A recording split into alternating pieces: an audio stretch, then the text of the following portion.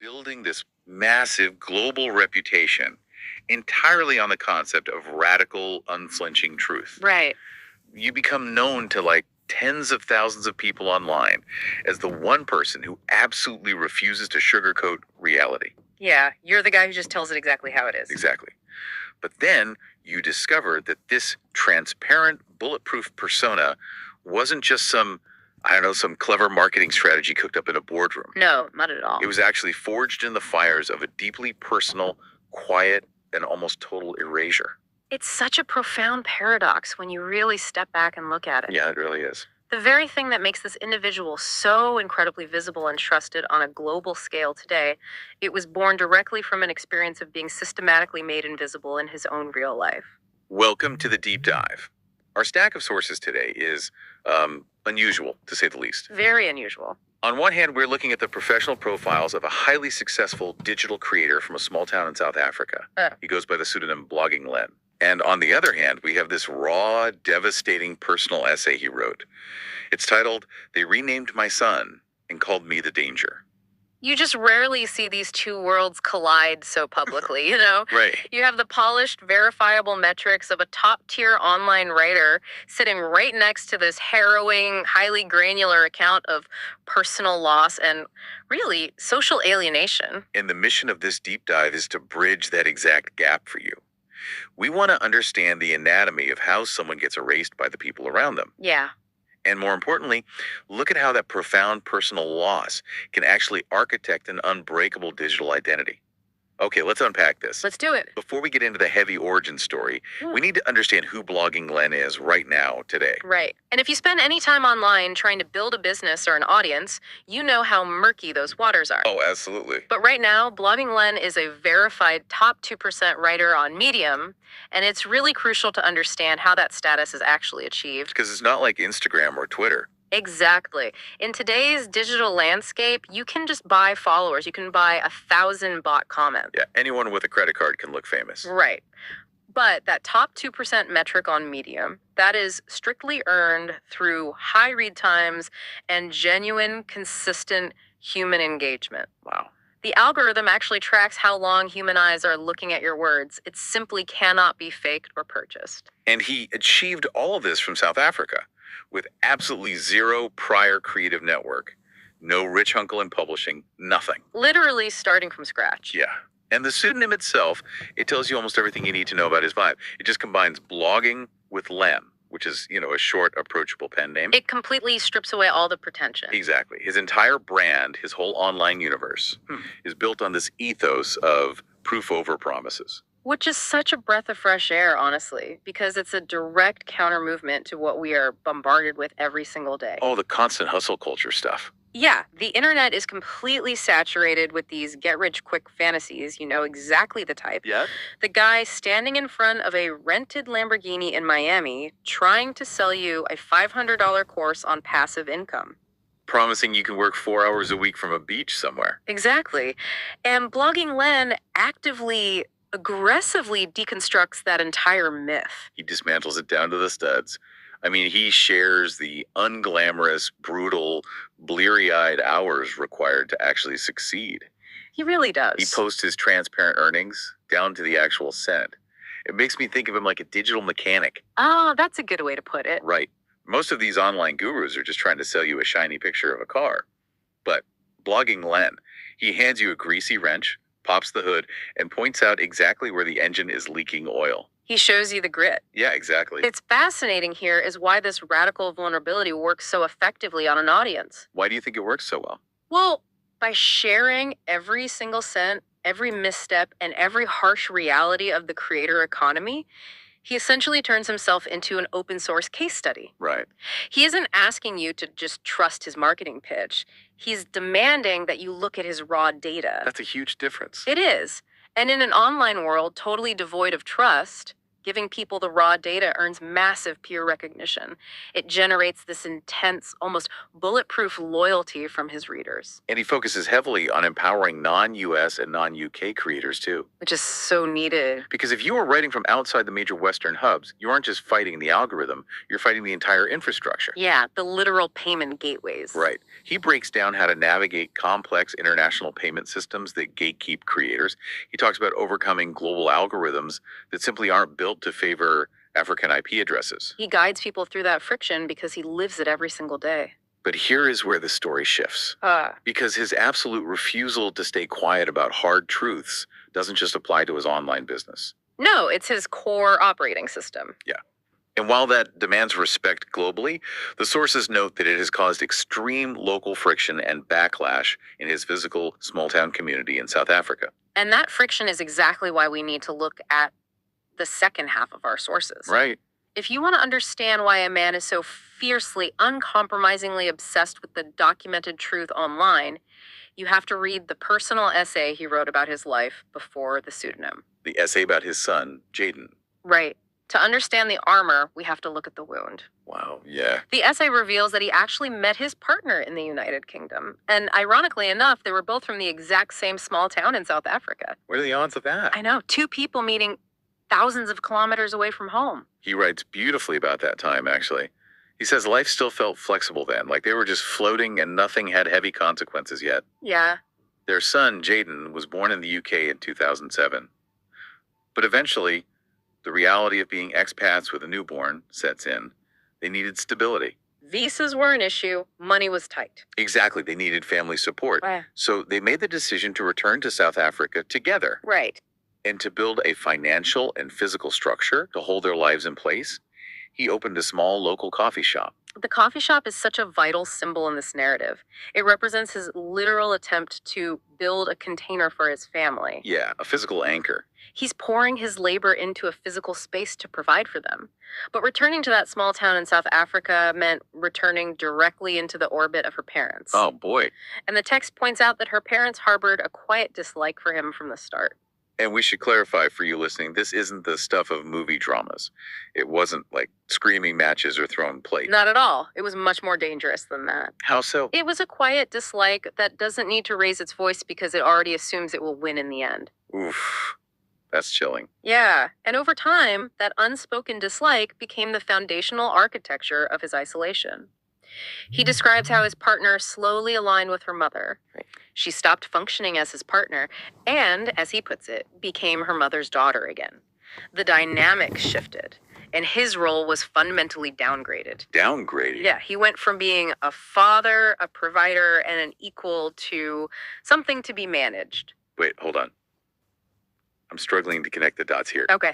How does someone go from building a family coffee shop, pouring their livelihood into holding everyone together, to being treated as a management problem by their own partner? It's a great question. Like, how does that actual shift happen behind closed doors? It happens precisely because it is incremental.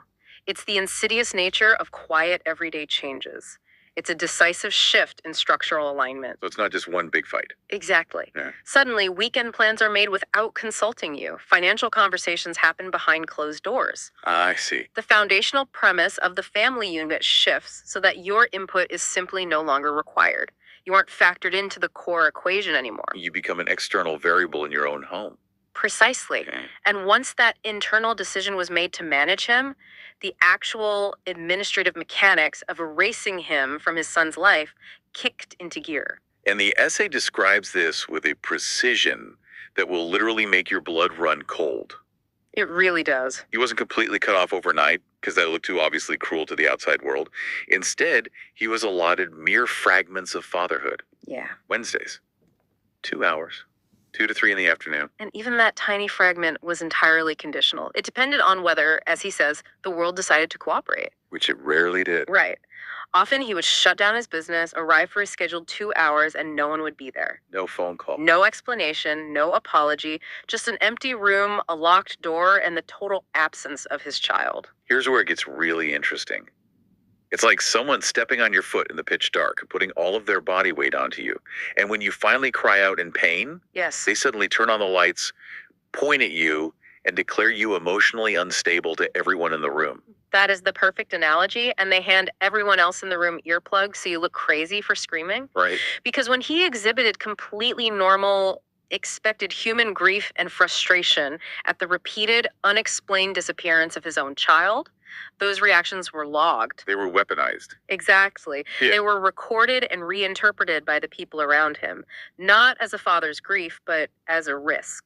Which raises a really important point about how society defines instability. He was labeled dangerous by her family, but the text explicitly states this was not due to any violence. There were no threats. No physical danger at all? No, the danger was simply that he refused to disappear quietly. Wow. The family dynamic required him to fade away into the background to validate their narrative that he was an absent father. When he resisted that narrative, his mere resistance was framed as a threat to their peace. That is terrifying. It is the essay's most chilling realization. Everyday structures don't need to destroy you directly, they just need to make you irrelevant. Because once you exist in their minds, or on paper, as a risk, everything around you bends to fit that narrative. Exactly. Access to your child becomes conditional. Your sheer presence is framed as instability. And while all this exhausting emotional and legal battling is happening, the coffee shop, that literal structure he built to hold them together, dies a slow, painful death. It just bleeds out. Yeah, and it wasn't because he forgot how to make coffee. It was the legal costs bleeding him dry. It was the lost time from chasing court dates and empty visits. It was the sheer emotional exhaustion of fighting a local dynamic that was perfectly designed to outlast him. He was trying to remain financially functional while being systematically starved of his own child. No small business can survive that kind of prolonged, distracted exhaustion. And we have to talk about the collateral damage here, too. Yeah. Because the isolation wasn't just limited to him. Right. The erasure expanded to his entire lineage. Exactly. This is the part that really got to me. His own mother flew all the way from the UK, hoping to see her grandson, and was completely stonewalled. She never even got to meet him. Never. And his father was entirely denied any meaningful relationship with Jaden as well. It wasn't just him being erased, it was his entire side of the child's history. Which sets the stage for the absolute climax of this essay. The point where this slow administrative bleeding out is finally brutally cemented in public. So while all this erasure is happening, his ex-partner is actually telling him she still loves him. Right. But simultaneously, behind the scenes, she is building a concrete life that has absolutely zero room for him. She eventually marries someone else. An approved, stable, local man. Exactly, a guy who perfectly fits the mold her parents wanted from the very beginning. And he doesn't find out about the final nail in the coffin from her. He doesn't get a letter from a lawyer. No. He finds out about his own son's christening through a text message from a guilty stranger in town who just had enough conscience to warn him. A total stranger. Yeah. The christening is happening at a church in Outsorm. He drops everything and drives there.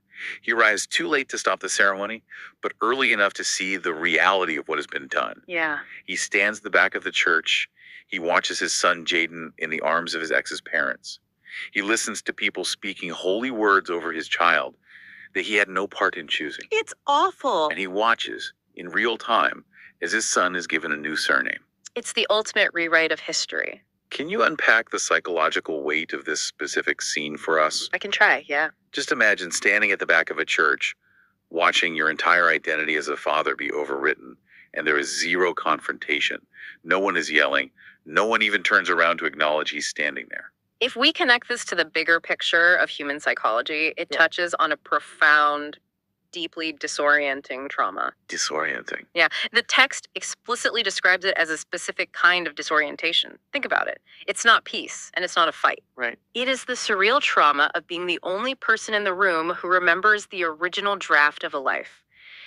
Everyone else in that church has seamlessly edited you out. And they're all just going along with it. Exactly. They are moving forward with perfect, terrifying confidence that you do not exist in this new reality. Your role as a father, your literal genetic connection has been deleted without your consent, and the entire room just accepts the edit. Total, absolute erasure.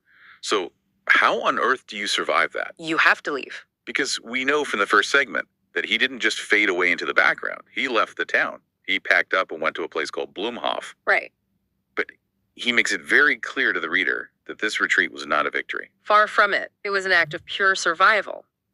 There comes a point where staying inside an environment that is actively rewriting your existence stops being an act of brave resistance and simply becomes self destruction. Right, you're just hitting your head against a brick wall. Exactly. He had to physically step out of the town that was suffocating him just to be able to breathe and figure out what was left of himself. And this is the major turning point of the entire narrative. He says that the time away, the distance, the silence of Blunhoff, it did not soften him. This is such a key point. Yeah. He says it structured him. It removed the noise. It removed his dependence on other people's narratives. It completely burned away the part of him that felt he needed their permission to exist in his own story. That is such a crucial distinction for anyone going through a massive loss. Modern therapy speak often frames healing as softening, learning to let go, finding inner peace, moving on. Forgiving and forgetting. Right. But for him, survival meant solidifying. He didn't need to be softer. He needed to be undeniable. He had to become concrete. He had to build an internal structure, a version of himself that was completely independent of their validation. He actually addresses his son, Jaden, directly in the text here. It's easily the most powerful part of the essay. I agree. He writes, "I did not leave you. I was removed from proximity step by step through processes I could not outmatch at the time. Your life continued without my presence, but not without my existence." Proximity versus existence. It's brilliant. It really is. The system could physically lock him out of the room. They could change a surname on a piece of paper, but they could not erase the biological and historical fact that he is the father. Yeah, they can't touch that. And the essay concludes with him stating that he is returning to the town. He is returning with his own father beside him. But crucially, he isn't coming back to fight the old system or to beg to be believed. He's just coming. He is returning as a finished, undeniable fact. He is returning as proof. So what does this all mean? When we take a step back and look at the two halves of this deep dive, the highly successful, data-driven digital creator known as BloggingLen on one side, Right.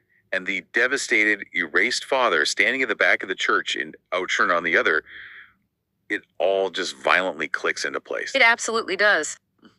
BloggingLen's absolute, unshakable refusal to sugarcoat reality online, his relentless demand for radical vulnerability and proof over promises, it is the direct psychological immune response to a real-world system that tried to bury him in quiet lies. Oh, exactly. It makes perfect sense now. When you have had your reality distorted to that degree, when you have been gaslit by administrative systems. And your own family. Right. And when you have watched a fabricated narrative become accepted as holy truth in a church, you develop an absolute biological intolerance for illusions. He refuses to participate in illusions anywhere in his life now. Zero tolerance. Whether it's the online passive income myth sold by guys in rented sports cars, or the local small town myth that he voluntarily abandoned his son, he combats both of these things with the exact same weapon, the unfiltered, heavily documented truth. The structuring he underwent in exile, that intense hardening of his identity, became the exact bedrock of his global brand. He shares the brutal hours, he posts the transparent earnings, he shows the leaky engine, because he knows intimately what happens when the truth is allowed to be hidden behind closed doors. He operates entirely in the light, because the dark is where he was almost erased. Beautifully said. It is just an incredible journey to witness for you all listening. From a father who was systematically managed out of his own child's narrative, to a top 2% global creator who has built a fiercely loyal audience of tens of thousands of people. It's an amazing turnaround. He took the very experience that was perfectly designed to make him irrelevant, and he used that painful structuring to become a massive beacon of truth and authority for creators all around the world. We spend so much time, especially online, curating our digital lives to hide our real-world failures. We want everything to look pristine, effortless, and successful. We really do. But this story forces us to ask a much harder question. What if the parts of your life where you were most powerless, erased, or broken are actually the exact blueprints for your greatest, most unshakable authority? Wow, it really makes you rethink every scar you've ever tried to hide. Thank you all for joining us on this deep dive. Keep questioning the structures around you. Keep demanding proof over promises. And remember, sometimes the people who seem the most unbreakable are just the ones who refuse to let the darkness rewrite their story. Take care of yourselves.